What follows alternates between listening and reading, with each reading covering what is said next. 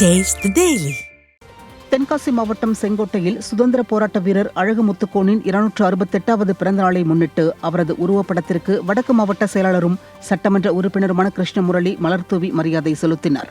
தமிழகத்தைச் சேர்ந்த சுதந்திர போராட்ட வீரரான அழகுமுத்துக்கோனின் 268வது பிறந்த நாள் தமிழகம் முழுவதும் கொண்டாடப்படுகிறது. அந்த வகையில் செங்கோட்டையில் உள்ள வடக்கு மாவட்ட அலுவலகத்தில் அலங்கரித்து வைக்கப்பட்டிருந்த உருவப்படத்திற்கு சட்டமன்ற உறுப்பினர் கிருஷ்ணமுரளி தலைமையில் அதிமுகவினர் மரியாதை செலுத்தினர்.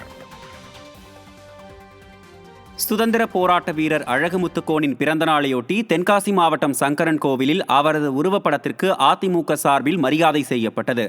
அண்ணா பேருந்து நிலையம் முன்பு வைக்கப்பட்ட அழகுமுத்துக்கோன் திருவுருவ படத்திற்கு முன்னாள் அமைச்சரும் கழக மகளிரணி துணைச் செயலாளருமான ராஜலட்சுமி மாலை அணிவித்து மலர் தூவி மரியாதை செலுத்தினார்.